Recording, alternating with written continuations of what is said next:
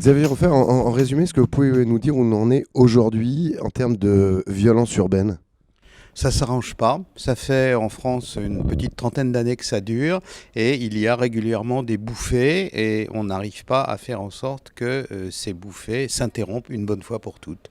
Donc on sait d'où ça vient. Il y a des banlieues dans lesquelles le contrôle de l'État s'exerce peu ou s'exerce mal et donc de temps en temps, de là, à l'occasion de manifestations elles-mêmes légitimes, vous avez soit des gens d'opinion anarchiste, soit des petites meutes de pillards qui viennent donc des cités hors contrôle et qui se déchaînent et qui soit cassent pour le plaisir de casser, comme ils sont anarchistes, soit cassent pour le plaisir de voler et de s'en mettre plein les poches. On a vu les deux successivement sur les Champs-Élysées à l'automne dernier.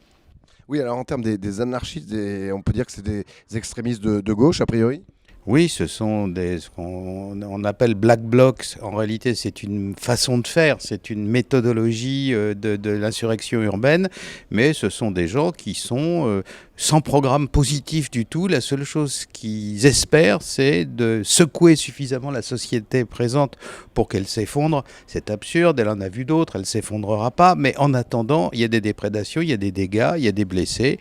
Les méthodes très éprouvées de ces individus qui exercent leur coupable talent dans l'Europe entière fait que, comme ils ont déjà fait ça à Amsterdam, comme ils ont déjà fait ça à Berlin, comme ils ont déjà fait ça à Madrid, etc., naturellement, ils sont très rodés et c'est épuisant pour les forces de l'ordre.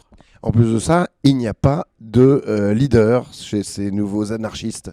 Non, non seulement il n'y a pas de chef, ce ne sont pas à proprement parler des organisations, ce sont plutôt comme des essaims. Vous savez, toutes les guêpes se concentrent à un moment donné, et puis elles piquent toutes ensemble, alors ça fait très mal, et puis après ça, ils se dispersent. Ils ont même des techniques éprouvées pour avoir à proximité du lieu de l'émeute des cachettes avec des vêtements civils, et puis après ça, vous les voyez au bras de leurs copines en train de dire mais non, mais pas du tout, etc. Donc la seule manière de contrer ce genre de pratique-là, c'est d'arrêter ces individus chez eux à 6 heures le matin avant l'émeute, dans le respect des lois en vigueur, bien sûr, hein, nous sommes un état de droit, puis après ça, de les relâcher à 23 heures, de préférence du côté de Fontainebleau, pour qu'ils respirent le grand air et qu'ils rentrent après ça chez eux, une fois que la manifestation légitime, celle des syndicats ou de la frange pacifique des Gilets jaunes est terminée, mais autrement, naturellement, il y a toujours le risque de dérapage et qu'un jour, ça se termine mal, quoi.